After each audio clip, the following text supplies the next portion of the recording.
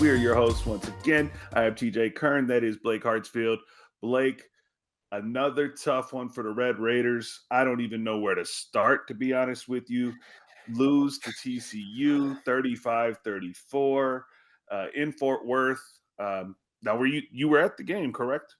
Me and my wife were at the game. Yes. Okay. I thought you were, but I wanted to verify that. And man, we've got to start with the fact that they came out of the gates and it looked like we might get boat raced. In fact, I texted you that, hey, we might get boat raced. Then, we kind of settled in. The fake field goal touchdown gets us a little bit of momentum. They play really well. Morton's throwing the ball well. Taj is doing his thing. Then comes halftime, and man, our guy, the nation's guy, Baron Morton, hurt yet again. Blake, let's start there. Yeah, TJ. I was in the stadium, so I was relying on you sending me texts on what was hurt, what was wrong with Barron. When I saw Hammond come out, obviously it surprised me a little bit in the third quarter. Sounds like it's a shoulder injury. They're talking about clavicle. Uh, he's listed as week to week, so he's not been ruled out from Iowa State. But I find it unlikely he would play. They said that the reason they took him out of the game last week was because he was sensitive to pain on just like even the slightest of touch. So it sounds like it is his non-throwing shoulder, but he is hurt. So And that led us to, you mentioned it, Will Hammond coming out, true freshman out of Hutto. We've been speaking highly about him for a while now, going back to when he was in high school last season. And he came out and was 2 for 2 right out the gate. Looked great. Red Raiders take a lead, a 2-touchdown lead there. Looked like Will Hammond, was settling into the offense. And to be honest, it looked like he was giving the offense even a better jolt than what Barron was doing in the first half. But then let's get to the chaos, my friend, because the back half of the third quarter and the fourth quarter was not friendly to the Red Raiders on Saturday. And frankly, there's no reason you should lose that game, Blake. no, TJ, this was one of so there have been frustrating losses in the McGuire era, right? I think we all agree. I think Baylor last week was really frustrating. I think Washington State at the beginning of this year was really frustrating. I think the Wyoming game last year was another one that's really frustrating, right? This one I was angry, TJ. I left the stadium and I don't think I said a word to my wife the entire walk back to our car. And then most of the drive back across that, we had dinner plans back in Dallas. So we had about an hour drive and I really didn't have much to say. We kind of rode along in silence because I was so seething mad with the Red Raiders. TJ, they have a 31-14 lead in this game. You kind of gave a great recap. They start off slow. They answered great in the second and third quarter. They reel off 28 in a row unanswered. They have a 34-20 or 31-14 lead, and they end up losing the game. And there's a series of decisions that I think helped lead to that. And then the defense just fell apart. But there's no excuse to lose that game. You were playing well on the road. Even with the backup, Will Hammond came in and looked great. And you just collapsed in the fourth quarter, and it's unacceptable. They did.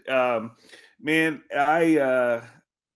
I was sitting there and I was just my roommate's a TCU guy, so I'm kind of same thing as you there with the wife, and he's sitting there, and I'm like, hey, yeah, we're looking good. Like, I thought it was almost in the bag. Like, I'm Well, you're not up feeling that 17. good about it. Yeah. Well, you're up 3 scores.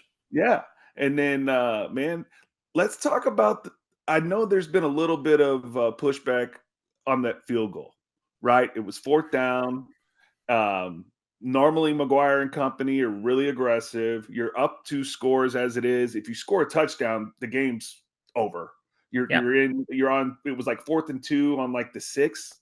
It's fourth It, and three from the TCU 6 yard line. You're going in to score. This is a program and a coach in McGuire TJ that has heralded analytics, right? And there's about 9 minutes to go in the game, and you're up 31-21, right? And you have 4th and 3 from the TCU 6, and they decide to kick the field goal to go up 34-21.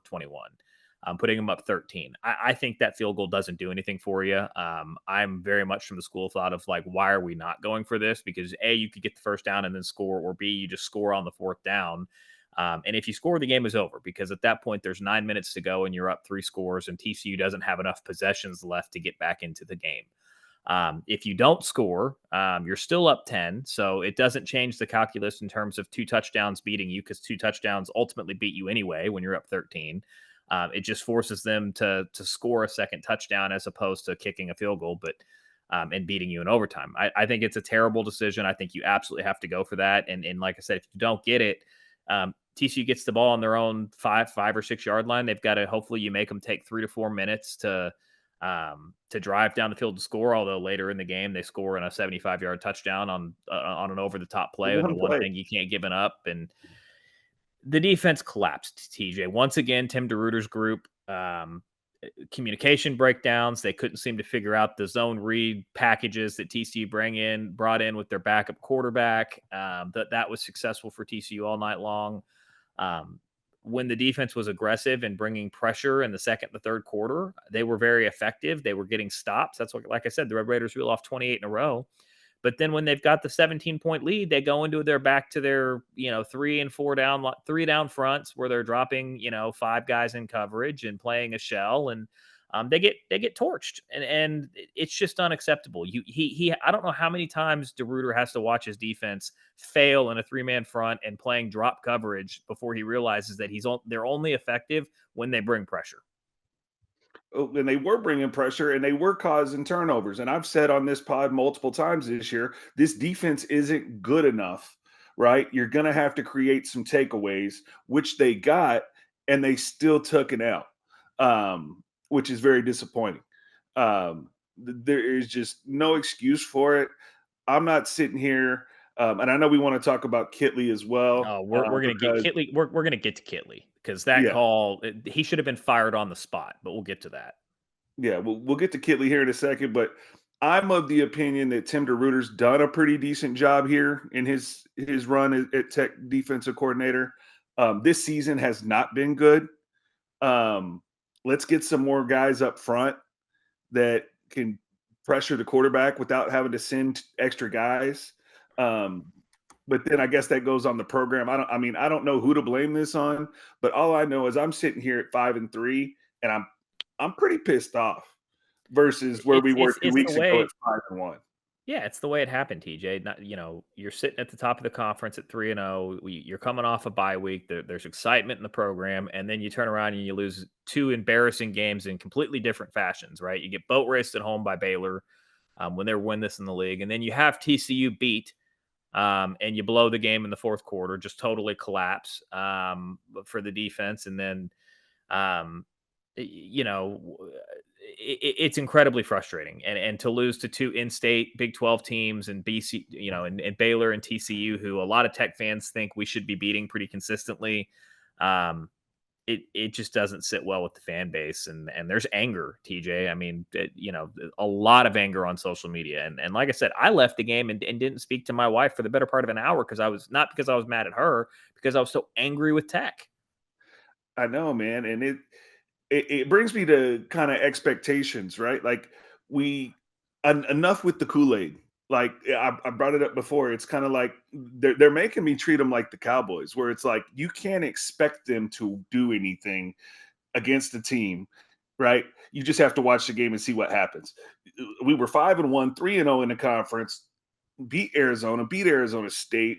We're looking okay. We flying high, got Taj Brooks, got the receivers, got Baron Morton, got all these weapons. And then lo and behold, 2 weeks later, you're 5-3, and there's no point in trying to go to even talk about a Big 12 championship. And at this point, it's what bowl are you going to get to?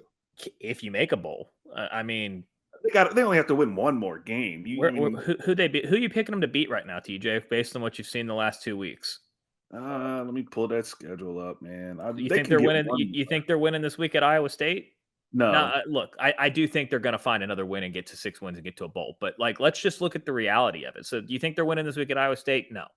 Do you think they're winning against Colorado next week in Lubbock? I don't know. Colorado probably might not. be. Probably not. Shador Coin Sanders flip at and best. Yeah, at best. And can you cover Travis Hunter? Like seriously, No, can you cover Travis Hunter? Because I don't think we can cover Travis Hunter. So you winning at Oklahoma State. Now, look, I know Oklahoma State's terrible this year, but it's in Stillwater. I mean, that's a place that historically you don't perform great at, right? Now, I know they won there with Baron Morton a couple of years ago his freshman year, but historically, Stillwater has not been an easy place for us to go and win. agreed. And then maybe your saving grace is the West Virginia game, the last game of the year at home. You get West Virginia and Lubbock, and maybe Now that you that's bring it. that up, let's play worst case scenario here. You lose You out. can't lose out, I can mean, you? I think if you lose out, it's going to be a very uncomfortable situation in Lubbock. It's already the fan base is already up in arms. Cody Campbell's out defending the coaching staff and the program, and I get it. All that I up. don't Yeah, particularly. I'm not going to get into that in depth, but it just rubbed me the way that he approached that. Super grateful for Cody Campbell and his contributions to Tech's athletic program, but that post rubbed me the wrong way. yeah. I know that Coach McGuire. Nobody wants it more than him, and he'll tell you himself, right? Like Completely agree with you. he loves his job. He works his ass off at his job. He loves Texas Tech. Nobody wants to win for this fan base more than he does. That Coach, you being want to said, win? You you want got to to you got to win? do it. Well, you got to do it. But if he wants to win, I think he needs to get rid of both his coordinators this offseason. That's just where I'm at. Like we've talked about DeRuiter, but like even in spite of all of the collapse on the defensive side of the football, you blow the lead, TCU gets ahead 35-34, you get the ball back with about 4 minutes to go, and the offense, to their credit, does what they're supposed to do. They drive down the field, they run the football, they kill the clock down to a minute and 40 or a minute and 50, and then they run it on first down, and TCU stuffs them, calls timeout. And then we decide on 2nd and 9 to run it again, and we end up in 3rd and 7, and we make TCU call their second timeout. TJ, there's a minute and 45 left. So in college football, whether you get them to burn the last time out or not, that's an eternity with only needing a field goal to beat you. With the clock stopping on every first down, like I don't think getting them to burn the timeout there is as important as it is in the NFL. But so I would have gone for the first down on 3rd down to try to get the first down, kill the clock, kick the game, win a field goal in the game. But they decide to take the conservative route, which again, while I don't agree with it, you can at least justify their decision, right? Like there's logic behind what they decided to do. They decided to call a running play to center the ball up and get TCU to use their last time out. My problem with Kitley and why I said he should have been fired on the spot is why is Will Hammond getting the ball there? Like I don't blame Will Hammond After one you bit. after you've already got a hurt quarterback. Well, not only yes, that too, but like he's a freshman. This is his first ever Big 12 performance, and he's played great this entire second half, right? You've decided to give up, and when I say give up, meaning we're going to take the field goal, we're going to make them use their timeout, we're going to center it up. Why is Taj Brooks not getting the football there? Why are you putting the freshman quarterback in a position to get hit? And instead of owning it in their press conference saying, "Yeah, we made a bad call there. We should have given it to Taj for his 31st carry of the game." Kitley in his press conference yesterday had this minute and a half long explanation as to why he made the call that he made, and it just it's exactly right. You shrug your shoulders and shake your head and just it's an Kitley's done a better job this year. The offensive numbers are good. They're second in the conference in scoring. They're top 15 in the offense in total yardage, but like the situational calls sometimes, and that one in particular, are fireable offenses because it's just there's no And I reason think that you can convince me that you don't give that ball to Taj if you're going to give up. yeah, and not only that, we kind of talked about it in text messages. Unfor and I say unfortunately here, I'm gonna be careful because I do think a He's done shuffle in the better. deck Look, might be a good thing. Will Kitley's done Hammond better this year. could be his saving grace. Yeah, Will Hammond could save Kitley. I think DeRuiter's done. If they don't fire him, and look, West Virginia fired their defensive coordinator today. UCF fired their defensive coordinator today. Like there's precedent now in the conference to fire your defensive coordinator. He's got the worst defense in the conference by a mile, TJ. He's got a worse statistical defense than West Virginia, who just fired their guy, and worse than UCF, who just fired theirs. Um, it's not good. And look, as for McGuire, I talk about changing the coordinators if he wants to win. Maybe Will Hammond saves Kitley, and that's the guy Kitley needs to unlock the air raid that he wants to run. And maybe we see that if Baron Morton is out. Um, but coach, I appreciate the love for Texas Tech. I appreciate how badly and how clear it is that McGuire wants it, and he seems to be a great mouthpiece for the program most of the time, and he's great at recruiting and raising money, like all of the things that you want in the CEO style of head coach, right? Your coordinators are letting you down. You're in year 3, and your record looks eerily similar to year 3 of Matt Wells if you go look at it game by game. Should have lost, like I said, to ACU, which is very similar to that Tarleton State game that Matt Wells played and survived. Blowing a multi-score lead against a fellow conference team. You know, K State for Matt Wells got him fired. This TCU game obviously didn't get McGuire fired because he's a better recruiter and because he's better at all of the extra program stuff. But coach, it's year 3. It's your teams, not Matt Wells' team. And for No, me, TJ, he's got no excuse anymore, right? Like Tech has given him everything he could want. He has the most competitive NIL program in the conference. He just got a $250 million South End Zone / weight room, new football headquarters renovation. He's got the Tech fan stepped up to support. the plate big time here. Yeah, he's got the You got fan Patrick support. Mahomes, You've got Patrick Mahomes. Like, coach, there are no more excuse. You have the support. It's time to go win. Like bottom line, it's time to start winning. which pivots back to that huge fourth down call where they settled for the field goal to me, because It's playing not to they've lose. been so aggressive and putting the pedal to the metal, if you will. To me, that was a pedal foot on the throat situation, and I was really thrown back, and it came back to bite him. He's gone from the coach that goes for it on his own 30-yard line to being like, a little grandma trying to cross the road conservative because he's gotten so much backlash for some of the analytics decisions. And so eh, I'm not saying that McGuire doesn't have a good sense for the game. I think he does have a good sense for the game, but like, let's use your common sense in and I think he swung too far back to that. But let's use it in a combination with the analytics. And to your point, and that's a situation where you should go for it. Like go for it and put the game to bed. If you've got a chance to win the game, go win the game. How many times in the NFL Like, do you see? How many times in the NFL late in the NFL game when the other teams use 3 timeouts, they could kick the field goal, but it's 4th and 1, and they go for the win and it's in the game, as opposed to giving the other offense back the opportunity with the touchdown to beat you. So go win the game, coach. yeah. Uh, have you seen the movie The Program, the football movie The Program when we were young? I haven't. I'm a little older. It's kind of a throwback, but there's a when they get in the huddle, right? There's a saying. He's like, "Time to put the women and children to bed and go looking for supper, boys." And they go out and they smash them in the mouth. Like that's what I feel like. Like when I was in my head, I was like, "Bro, like that's it. Like that. This is your moment." And then I saw the field goal team go out there, and I was just, all right. That leaves the door open, and man. Yeah, Anyway, it's let's frustrating, talk man. Will Hammond. Yeah, he looked You want great. to talk Will Hammond? Sure, we can end on a So, positive here. Will Hammond looked great. Will Hammond look good. I mean, Yeah. He doesn't get blamed for that fumble at all. And if you watch the play, TJ, had 2 hands on the ball. He was doing everything he could to not fumble the ball, but he should have never been in that position to begin with. yeah. Ball gets out quick. Caleb Douglas had a huge day. But I'm going Great to spin touch. this on That you. that that touchdown in the corner of the end zone, really Oh, it good was touch. beautiful ball. Um, Beautiful willing to ball. put I mean, as advertised, like we said when he got into the UNT game.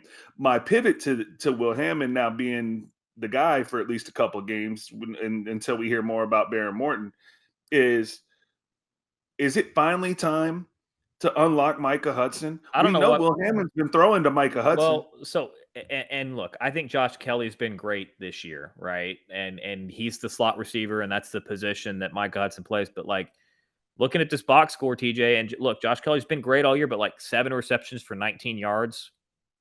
Like, Well, does that say more about Josh Kelly or the fact that we're only throwing side to side? well, that's part of the offensive coordinator and his, insistence on bubble screen, bubble, and the 3rd and 8 bubble screen. Just we ran it a couple times at TCU. All the Tech fans that were sitting around me and Throw it and to the were sticks.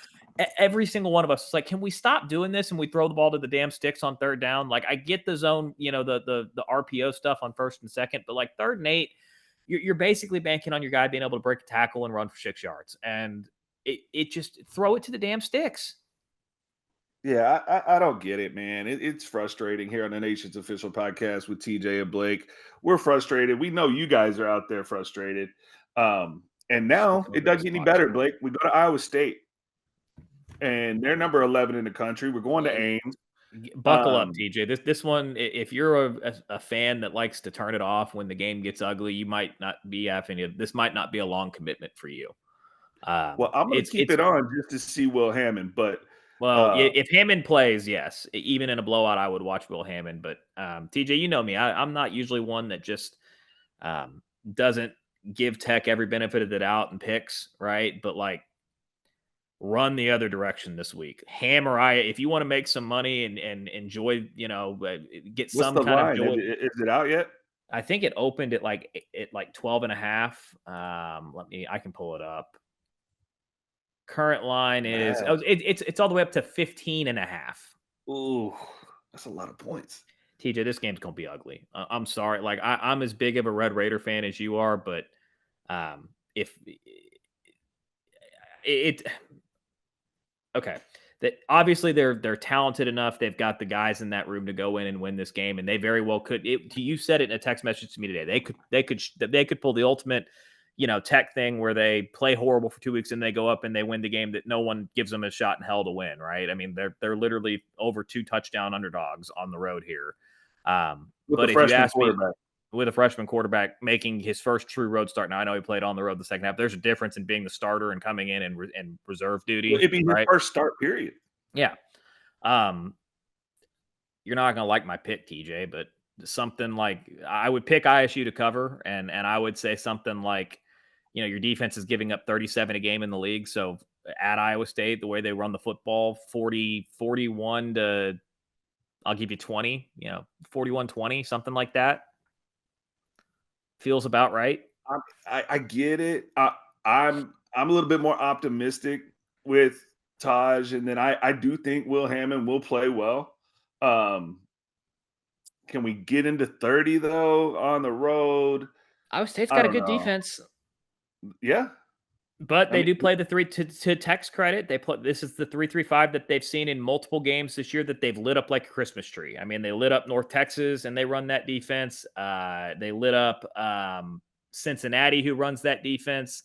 They lit up Arizona State, who runs that defense. So schematically, I think they've got some things that they like to do against this 3-3-5, and maybe that is, to your point, what pushes them into the high 20s and maybe even cracking that 30 threshold. I just don't see how they keep Iowa State from scoring 40. That's the problem, because you're giving up 37 in the game, a game in the league. Iowa State is really good this year. TJ, they are just a solid. They're they're not always. flashy. They're incredibly balanced. They throw for 250. They run for 260. They keep you off balance. They're All just you got to do is look to the NFL on Sundays. What's David Montgomery and Brees Hall doing? Where'd they go to yeah. school? Yeah, Iowa State. So, Yeah, they're physical. I mean, I would love to be wrong, and it's certainly it would be in a typical Tech thing to show up in this game and play way better than anybody ever expects them to play after playing pretty poor the last 2 weeks. But I'm not going to bet it, and I wouldn't pick it.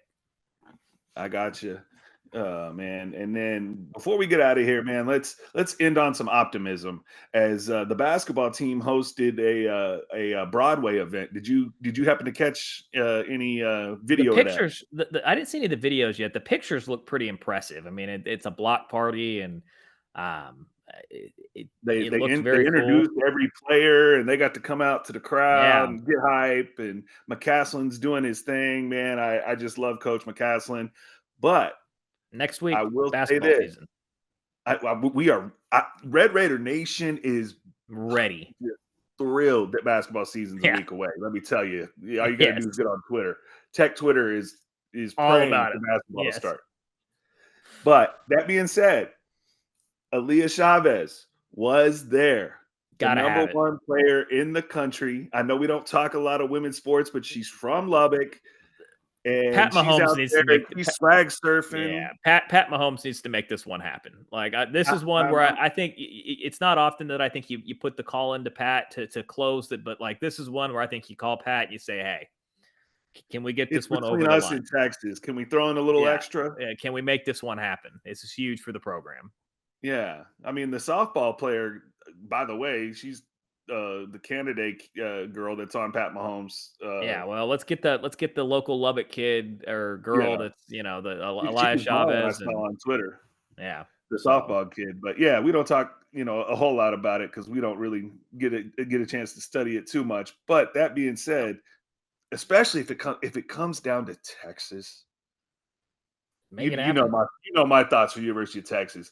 Look, If Chavez goes to Texas, you can't. I don't care if it's the football program, the basketball program, the women's basketball program. If you've got a player that is highly rated coming out of high school and they're a local Lubbock kid, mhm, right? You don't want them to go anywhere else. In this case, this is the number one player in her class. She's unbelievable. in the You don't nation, want to, yeah, and like I said, in her class, she's the top player. You don't want that to get outside of the 806, right? You want to keep that in town and local. But if they're gonna leave, you can't lose them to Texas. Like you can't lose them to Texas.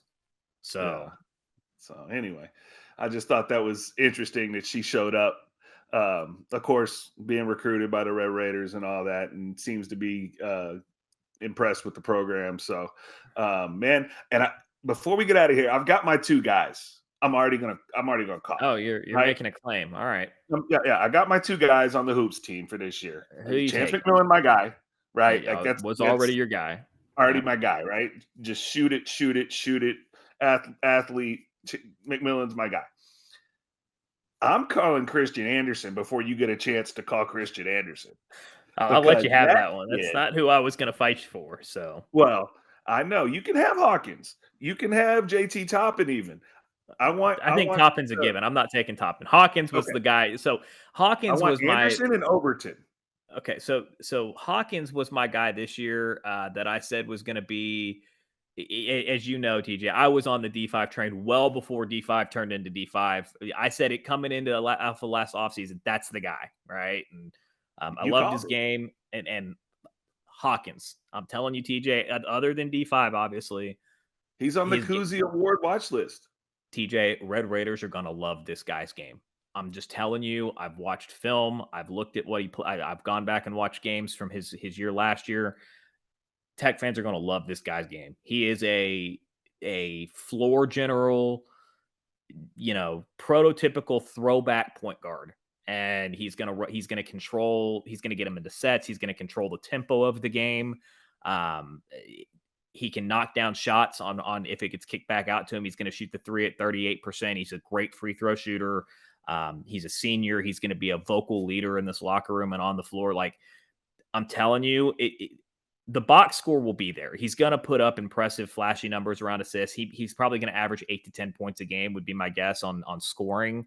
Um, but it's going to be some of the things that like at seasoned basketball fans and people that watch the game will see some of the intangibles and just some of the things that don't show up in the box score that this kid's going to do that you're going to love him. You're going to love his game. I'm just telling you. I'm excited. Man, basketball's on the way, Red Raider Nation. Don't worry. So, Blake, my guy, appreciate it once again. How do we always get out of here, but Reg him. Wreck 'em. We'll talk to you guys soon.